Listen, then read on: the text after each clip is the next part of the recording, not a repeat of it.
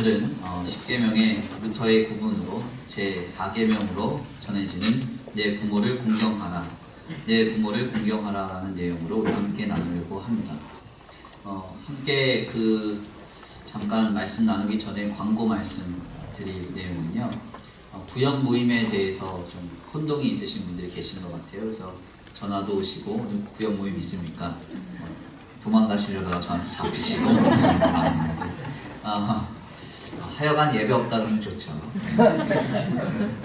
뭐 이해합니다. 충분히 이해하는데 중요한 점은 뭐냐면 매월 넷째 주 주일 오후가 이제 구역 모임 날입니다. 그래서 매월 넷째 주 오후 예배 시에는 우리 작년부 구역 모임을 가지시면 되겠고요. 그 외에는 주일 오후 예배에 참여해 주시면 감사하겠습니다. 우리 청년들 찬양하는 모습 얼마나 은혜됩니까? 그래서 은혜 받으시고 함께 나누시면 귀한 역사와 하나님의 능력을 경험하게 될 줄 믿습니다.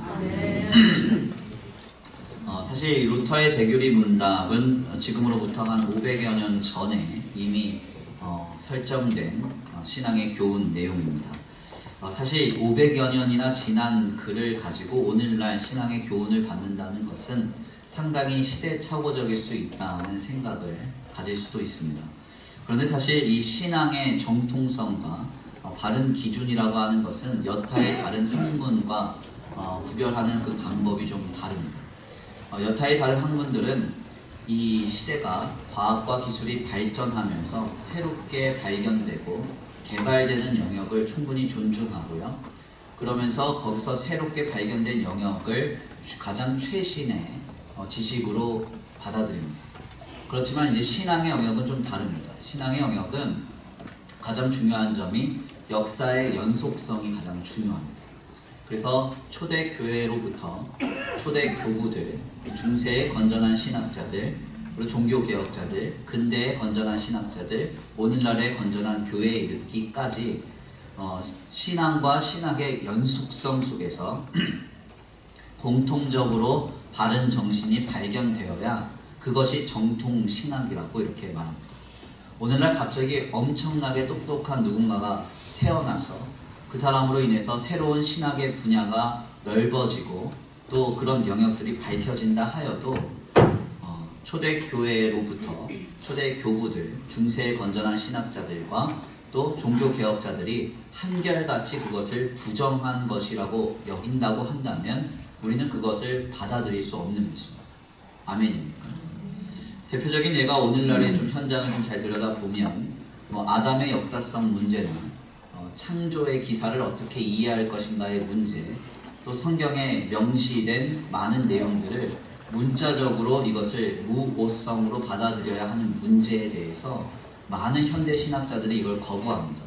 그래서 구약에 있는 많은 내용들이 일종의 신화화라고 해서 구전으로 전승되어 내려온 이야기들을 통해 교훈하는 메시지가 중요한 것이지 거기에 담겨진 문자적 내용이 중요하지 않다, 이런 식으로 우리에게 말하는 경우가 있습니다. 내용을 들여다보면 꽤 신선하고 자극적입니다. 그래서 거의 대부분의 요 근래 신학 논문들이 이러한 방식으로 다 발표가 됩니다.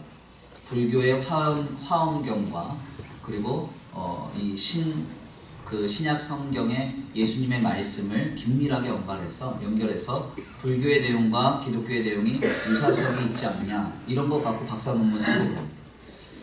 그런데 과연 이것이 신앙적인가? 신앙적인가요? 네, 신앙적이지 않죠.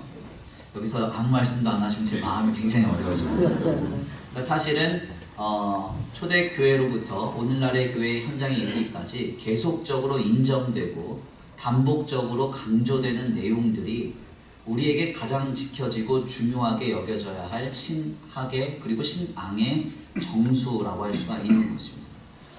이러한 바탕 속에서 우리가 루터의 대교리 문답 중에 제4계명인 내 부모를 공경하라라는 내용을 주목할 필요가 있습니다.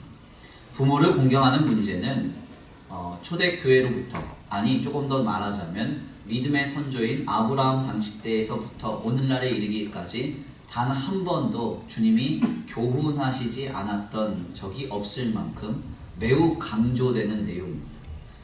주님은 부모를요, 하나님의 대리자 혹은 하나님의 권세를 위임받은 위임자로 자녀들이 바라보기를 기대하십니다. 하나님이 인간에게 주신 가장 축복된 관계가 무엇이냐 하면 성경에서는 한결같이 부모와 자식 관계라고 말합니다. 그리고 가정이라는 것이 최소 단위의 교회이고 교회는 가정이 없이는 존재할 수 없음을 계속적으로 강조하고 있습니다.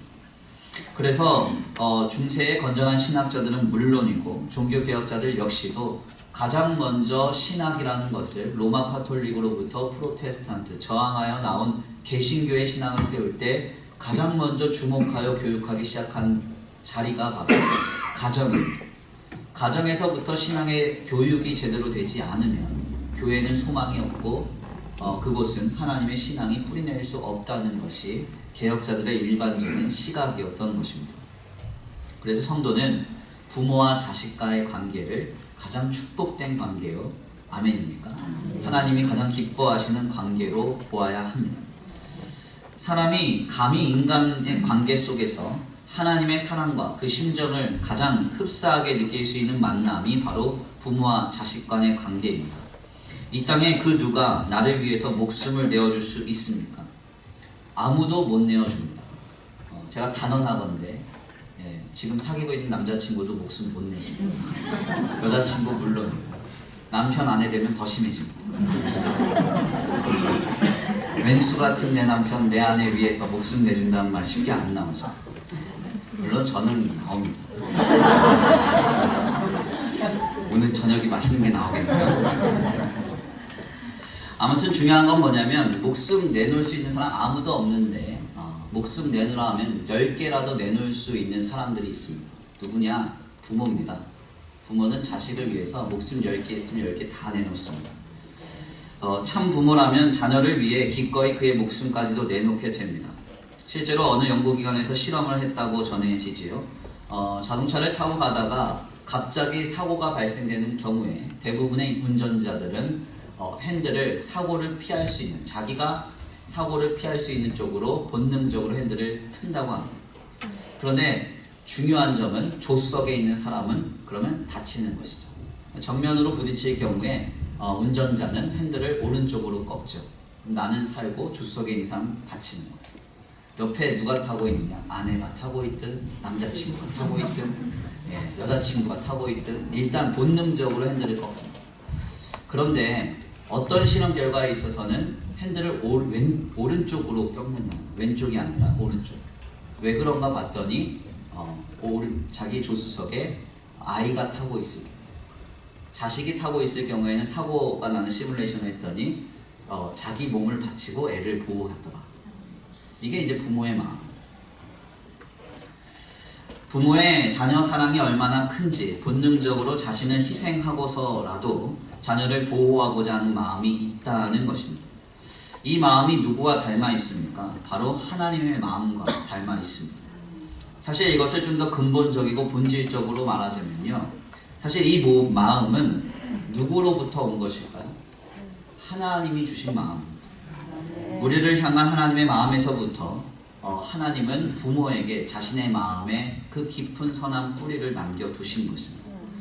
하나님은 우리를 얼마나 사랑하시는지 그분은 본능적으로 우리를 보호하시는 분이십니다. 그래서 우리를 보호하시고 살리시기 위해서라면 자기 자신을 또한 내어주고서라도 우리를 살리시는 분이십니다. 이것에 대한 명확한 근거가 바로 예수 그리스도의 십자가입니다. 그리스도께서 우리가 아직 죄인 되었을 때 우리를 위하여 죽으심으로 우리에 대한 하나님께서 자기의 사랑을 확증하셨다. 아멘입니다. 내가 잘해서, 내가 뭔가 신앙의 공로와 치적이 있어서 충분히 생명 줄만 해서 그런 게 아니라 우리가 아직 죄인 되었을 때 죄인인 우리를 위해서 하나님이 자기 자신을 내어주신 것입니다. 우리는 바로 이 하나님의 마음을 지금 현재적으로 경험할 수 있습니다. 누구를 통해서 경험할 수 있느냐? 부모를 통해서 경험할 수 있습니다. 이렇게도 소중한 관계이기 때문에 성경은 명확하게도 자녀된 우리에게 증언합니다. 내 부모를 공경하라. 내 부모를 공경하라. 아멘도 없어요. 청년들만 내 부모를 공경하라. 네. 이게 한두 번이 아니고요. 부모에 관한 주제의 말씀이 나올 때면 매번 빠지지 않고 등장하는 하나님의 말씀입니다. 내 부모를 공경하고 내 부모에 순종하라는 것입니다. 특별히 십계명을 담고 있는 신명기 5장에서 공경이라는 말의 원어를 살펴보면 히브리 말로 카베드라는 말을 사용합니다. 이 카베드라는 이 말은 본래 히브리 정서상 사람에게 쓰는 단어가 아닙니다. 왜냐하면 이 카베드라는 단어가 존귀하게 하다, 영광스럽게 하다 라는 뜻을 담고 있기 때문인데요. 히브리인들에게는 자신의 삶에 존귀하게 하고 영광스럽게 할 대상은 오직 한 분밖에 없습니다. 누구밖에 없어요? 하나님밖에 없어요. 그래서 이 카베드라는 말은 히브리인들은 누구에게 사용하는 말인가 하냐면 하나님께만 사용하는 말입니다. 그런데 유일하게도 한 대상에게 이 카베드라는 말이 허락돼요. 그 대상이 누구냐면 바로 부모입니다. 부모. 바로 이 성도는 하나님을 영화롭게 하듯이 부모를 영화롭게 해야 됩니다. 그것이 바로 부모를 공경하라 라는 말입니다. 여기 계신 분들 중에 우리 기성세대 분들은 그런 생각 하실 것 같아요. 아이고 오늘 잘못 왔네. 내 아들이 왔어야 했는데 왜 내가 안 왔냐. 죄송한 이야기인데 부모 없는 사람 없어요. 아멘입니까? 사람에게 이 말이 사용되었다는 것, 성경에서 유일하게 이 단어가 사람에게 허락되었다는 것, 하나님이 이 계명을 얼마나 중요하게 여기시고 매우 귀하게 보고 계시는지를 우리에게 말하고 있는 것입니다. 특별히 신명기 5장에 나타난 부모를 공경하라는 말의 동사형을 좀 살펴보면 강의, 능동, 명령이라고 불리는 PL 형태입니다. 우리나라 말의 형태는 아닌데요. 이 PL 형태의 특징은 뭐냐면 간단하게 말하면 매우 강력한 명령을 말합니다. 강력한 명령. 전제가 없습니다. 조건이 없습니다. 그냥 해야 될 때 하는 말입니다. 부모를 공경해야 돼요. 그런데 여기에는 조건이 없습니다. 무조건 공경해야 한다는 겁니다. 정리하자면 자녀는 부모가 아무리 보잘것없고 해준 것이 없고 배운 것이 없다 하더라도 반드시 무조건적으로 자녀는 부모를 존귀하게 생각해야 한다는 것입니다. 우리 젊은 청년들 어떠세요? 부모님 바라볼 때 막 존귀해요. 마음이 막 두근두근해요. 우리 아버지 참 존귀하지. 우리 어머니 고개를 못 들 만큼 참 영광스러운 분이지. 그렇게 생각하는 분은 없는 계시나 봅니다. 성경의 가르침은 이와 같다는 거예요. 부모를 볼 때 마음이 떨릴 만큼 공경해야 합니다. 마음에 들어야 한다는 거예요. 사실 이것은 자녀된 우리의 입장에서는 참으로 어려운 일입니다. 그리고 그와 동시에 부모된 입장에서는 꼭 그렇게 해줬으면 좋겠다 생각되는 말이기도 해요. 저도 저희 부모님과 함께 살고 있지만 부모를 공경한다는 것은 참으로 어려운 일입니다. 마음속 깊숙한 곳에서 우러나와 하나님 대하듯이 부모의 존재를 존귀하게 생각하는 것, 이것이 참으로 어려운 일입니다. 부모의 인생을 영광스럽게 생각하는 것 역시도 쉽지 않습니다. 저희 집안은 그다지 모가 나지 않은 집안입니다. 크게 큰 일이 없고 다들 인격적인 분위기 안에서 조금 아버님이 많이 무섭긴 했지만 그래도 인격적인 분위기 안에서 잘 자랐습니다. 그럼에도 불구하고 목회를 하고 있는 목회자인 저 역시도 부모를 진정으로 공경하는 것이 절대 쉽지가 않습니다. 사실 저도 중요한 게 꼭 느껴진 게 뭐냐면 자녀는 부모에게 교만해지기가 쉬운 것 같아요. 희한해요. 남들에게는 잘하는데 부모한테는 교만해요. 저만 그렇다고 보시면 안 돼요. 네. 남들에게는 참 잘하는데 부모에게는 잘 못하죠. 제가 오늘 아침에도 너무너무 막 화가 머리끝까지 났어요. 왜 머리끝까지 났냐면 아침에 이제 씻고 일부에 딱 나오려고 하는데 온 집안에 아침부터 생선을 구우셔가지고 생선 냄새가 엄청나는 거예요. 그래서 제가 생선을 주일날 아침에 구우면 어떡하냐. 주일날 아침. 그러면 일부 예배에 제가 여기서 서서 이제 강단에서 말씀 전하고 이럴 때 생선 냄새가 진동할 거 아닙니까? 이 집안이 목회자 중심으로 흘러가야지 이거 질서가 잘못 잡혔네 이러면서 얼마나 이게 마음이 어렵던지. 다행히 이제 그렇게 많이 이제 몸을 베지 않아서 이렇게 걸어오면서 다 지나간 것 같은데 저는 하물며 먹지도 않았는데 하여튼 말하자면 그래요. 그러니까 이게 쉽지가 않아요. 쉽지. 마음이 이게 어려운 거죠. 부모를 진심으로 존경하는 거예요. 부모 자신을 그 자체를 그냥 영광스럽게 여기는 거예요. 목회자도 쉽지가 않습니다. 실상 여기에 시자가 붙으면 더 힘들어지죠. 시부모 이러면 더 힘들어지죠. 그래서 어느 우리 교수님이 저한테 그랬어요. 신앙의 최고의 단계는 시부모를 공경하는 것이다. 하나님 공경하는 것보다 더 힘들다 이런 얘기를 하시더라고요. 아무튼 저도 하나님 이제 오늘 본문 말씀 설교를 준비하면서 그랬습니다. 하나님, 내일 주일에 부모 공경회라 설교해야 되는데 내가 못하고 있는데 어떻게 합니까? 네, 그렇게 하면서 새벽에 기도하고 또 일부 예배 드리고 나서 또 서재에 가서 잠깐 기도하고 내려왔습니다. 주님이 그러시더라고요. 회개하고 설교하라고. 회개하고 지금 설교하고 있습니다.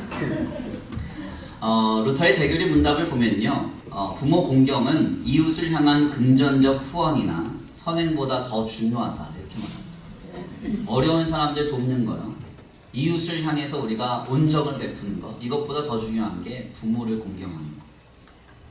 그러면서 매우 과격하게 표현하기를 부모에게 순종하지 못하는 자는 사형집행인에게 복종해라 라고까지도 말합니다. 죽는 편이 낫다 이런 얘기예요. 아주 과격한 표현이죠. 중요한 점은 성도가 부모를 공경한다는 것은 수천 년 동안의 교회 공동체의 역사 현장 속에서 단 한 번도 변함없이 외쳐졌던 가르침입니다.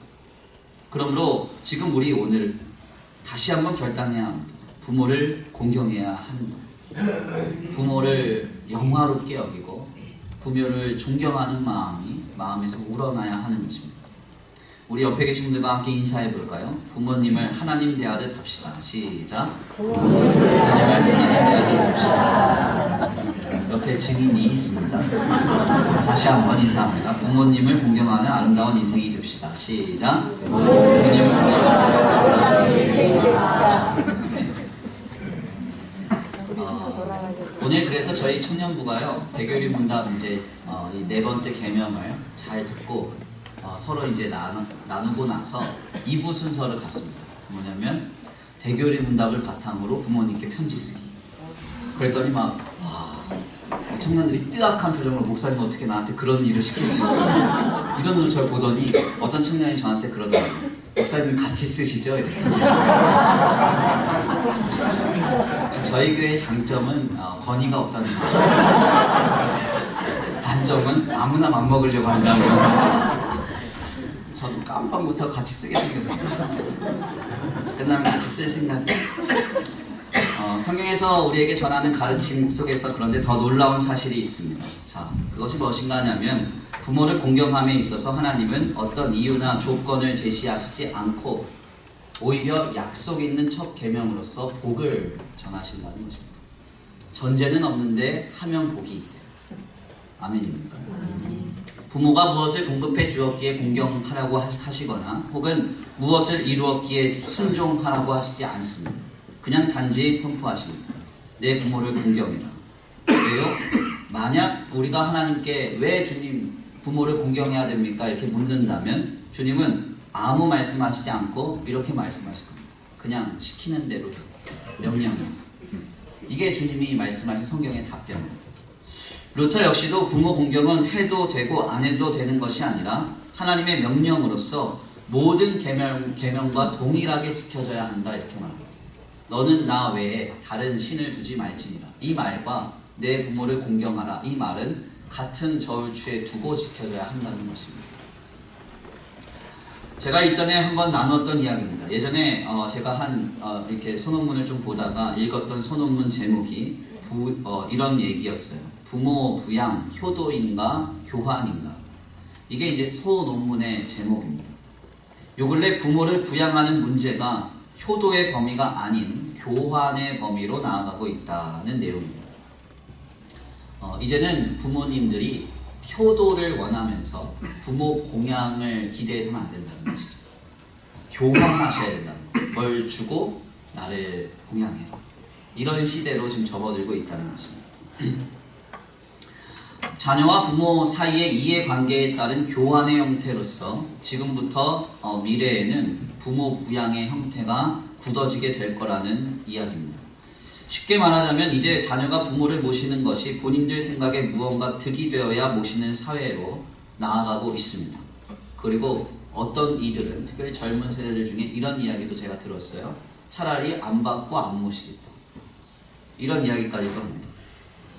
이제 앞으로는 부모님들이 나이가 들어감에 따라서요, 자녀에게 도움이 되지 않으면 자녀가 부모와의 관계를 일방적으로 끊어버리는 사회가 도래하고 있습니다. 지금도 그래서 실제로 이런 일이 벌어지기도 합니다. 그래서 어르신들이 그런 말씀하시죠. 늙어서 무시 안 당하려면 돈이라도 있어야 된다. 이런 얘기 하십니다. 이것이 얼마나 비참하고 암울한 가정의 모습입니까? 성경은 그런데 분명하게 말하죠. 내 부모를 공경하라. 아멘입니까? 이유나 조건이 없다는 것입니다. 부모가 계신다면 자녀는 당연히 부모를 공경하고 그의 인생과 그의 삶을 존귀히 여기고 영광스럽게 당연히 해 주어야 하는 것입니다. 기독교는요, 제사를 지내지 않습니다. 제사를 안 지내는 문제에 대해서 때때로 어르신들 혹은 나이 많이 드신 이제 기성세대들이 불쾌하게 생각합니다. 이것도 하나의 그냥 문화로서 인정하고 제사도 좀 같이 용인할 수 없습니까? 저한테 묻는 분도 계셨습니다. 그런데 제사는 도대체 우리가 받아들일 수 없는 것이죠. 아멘입니까? 죽은 신을 모셔놓고 우상을 숭배하는 것을 우리가 합당하게 여길 수 없습니다. 그런데 중요한 점은요, 이 제사를 우리가 하지 않는 정신에는 한 가지가 전제되어 있습니다. 그게 뭔지 아세요? 죽은 부모에게 잘하지 말고 산 부모에게 잘하는 것. 아멘입니까? 살아계신 부모에게 잘하라는 것. 죽어서 잘하려고 하지 말고 죽음 이후의 영역은 하나님께 맡기고, 아멘입니까? 살아계신 부모에게 잘해야 된다는 겁니다. 아멘. 말씀을 세게 하면 세게 할수록 다들 표정이 어두워지시네요. 도대체 목사님 왜 이래야 됩니까? 저한테 묻는다면 답은 없습니다. 하나는 명령입니다. 그러나 분명한 사실은 이 명령 지키면 주님이 복을 주십니다. 오늘 본문 말씀 5장 16절인데요. 우리 함께 다 같이 동독해 올립니다. 5장 16절 시작.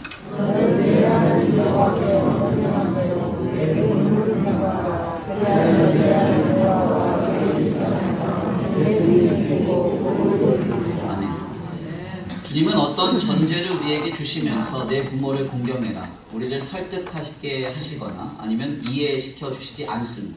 명령으로서 전하십니다. 강동, 능동, 명령입니다. 그러니까 강동, 능동, 명령이요. 지독한 명령입니다. 무조건 지켜야 한다는 거죠. 아멘입니까? 그런데 분명한 사실은 이 길을 갈 때 하나님이 주시는 복이 있다고 말씀하고 계십니다. 저는 오늘 귀한 말씀을 정리하면서 복이 있기 때문에 부모님을 공경해라 라고 말하고 싶진 않습니다. 우리 젊은 세대들에게 그냥 단호하게 말씀드리고 싶어요. 부모님을 하나님의 대리자도 하나님의 권세를 위임받은 위임자도 대할 수 있게 되기를 바랍니다. 그분이 어떠한 삶으로 나에게 표명하셨든지 한 가지 분명한 사실은 그분들이 아니고서는 내가 이 땅에서의 생명을 시작할 수 없었습니다. 하나님께서 생명의 통로로서 그분들을 세우셨습니다. 아멘입니다. 아멘. 우리는 부모를 공경하고 주 안에서 부모에게 순종하였을 때 하나님이 우리에게 주시는 축복이 있음을 발견합니다. 어떤 축복입니까? 이 땅에서 잘되고 번영하고 오래 사는 축복입니다. 물론 이 복도 중요합니다. 그러나 저는 이 복의 인과관계 속에서 오늘 계명을 전하고 싶지 않습니다. 하나님은 특별히 약속 있는 첫 계명으로서 부모 공경의 계명을 주셨습니다. 모세를 통한 10계명의 내용 중에 부모를 공경하라 라는 그 계명 전에 어떤 계명도 지켰을 때 받는 복을 전하지 않습니다. 우상 숭배 안 하고 안식일 거룩하게 지키는 그런 자들에게 어떤 복을 주시겠다 주님 말씀하시지 않았습니다. 그러나 부모를 공경하는 이 계명에 이르러서만큼은 땅에서 형통하는 복과 장수의 복을 약속하시면서까지 부모의 공경을 강조하십니다. 왜 이렇게 하시는 걸까요? 여기엔 두 가지 의미가 있습니다. 첫 번째, 그만큼 지키기 어려운 계명이고, 두 번째, 하나님 안에서 그만큼 중요한 계명이라는 것입니다. 부모를 공경하는 것은 당연한 것입니다. 아무 이유와 조건이 필요 없습니다. 구원을 받으려면 당연히 예수 그리스도만 믿어야 하듯이 주 안에서 이 땅의 생명을 시작하게 하신 하나님의 놀라운 생명의 통로로서의 부모를 공경하고 부모에 손정하는 것은 옳은 것입니다. 그러므로 이 시간 부모를 공경하는 마음이 회복되기를 간절히 소원합니다. 부모를 뜨겁게 공경하는 그 마음을 통해서 나를 이토록 사랑하시는 주님의 마음을 부모를 통해 현재적으로 경험케 될 수 있는 저와 우리 성도들 모두가 되시기를 간절히 축원합니다. 우리 이 시간 다 같이 찬양하면서 결단하고 나아가겠습니다. 찬송가 579장 어머니의 넓은 사랑 찬송하면서 나아갑니다. 특별히 기도하겠습니다. 먼저는 자녀된 성도님들은 부모를 진정으로 공경하는 마음이 회복될 수 있도록 기도하시기를 바랍니다. 우리는 과연 하나님 대하듯 부모님을 진정으로 대하고 있습니까?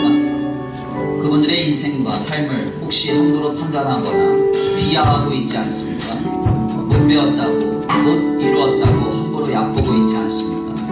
우리 이 시간 다시 한번 우리의 마음을 돌아보면서 우리를 오늘의 삶으로 키워내고 또한 우리의 삶이 시작되게 하신 부모의 삶을 존귀히 여기고 영광스럽게 바라볼 수 있는 우리가 되게 되어 주시옵소서.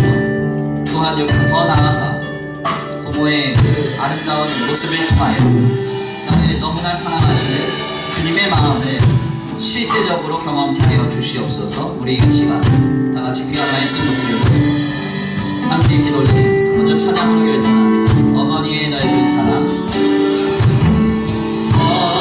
어머니의 넓은 사랑,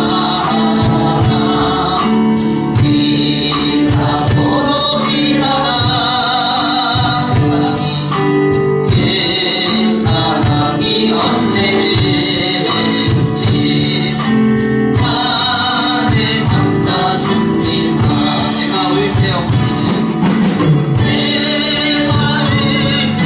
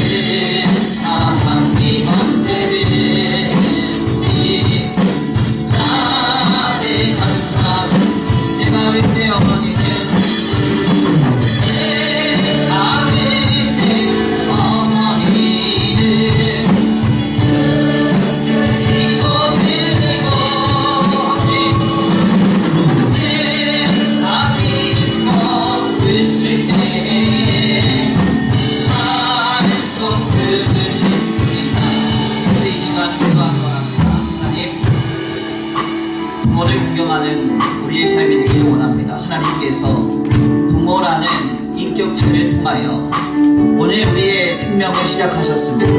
하나님, 우리는 부모의 삶을 어떤 시각으로 바라보고 있습니까? 혹시 그분들의 인생과 삶을 함부로 판단하거나 비하하고 있지 않습니까?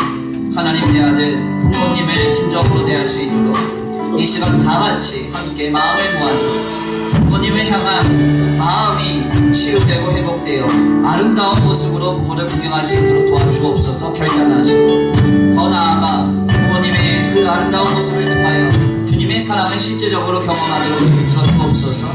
우리 이 시간 다 같이 결단하시면서 주여 한번 부르시고 성령을 기도드립니다. 주여 한번 부르시고 기도합니다. 주여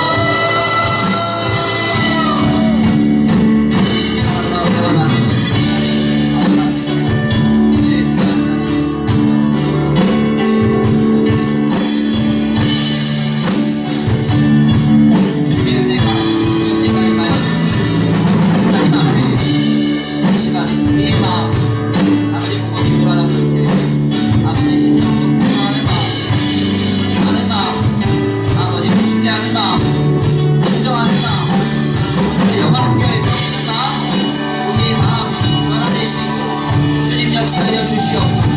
하나님, 부모에게 존경하지 못하고 너를 존경하지 못하는 자를 하나님 아버지 하나님 필요한 것과 가까이 있습니다. 하나님 아버지, 우리가 어떠한 삶이 살아내고 있습니다. 우리 초대교회의 가르침 속에 부모님 대하는 것은 하나님 대하는 것은 하나님과 있으니 우리에게 전해집니다. 하나님 다시 모독되게 하시고 다시 한번 우리의 마음이 중심이 하나님 앞에 다시 한번 바로 세워질 수 있고 역사하여 주시옵소서. 하나님 아버지 부모님을 통하여 내 삶을 시작하는 감사합니다. 아버지 부모님을 통하여 내게 생명 주셨사옵니다.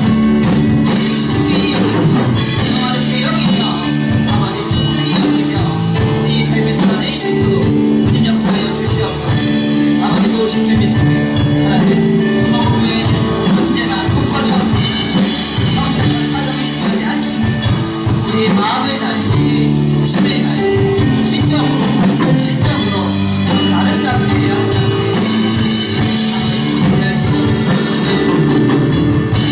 아버지 역사하시고 도와주시옵소서.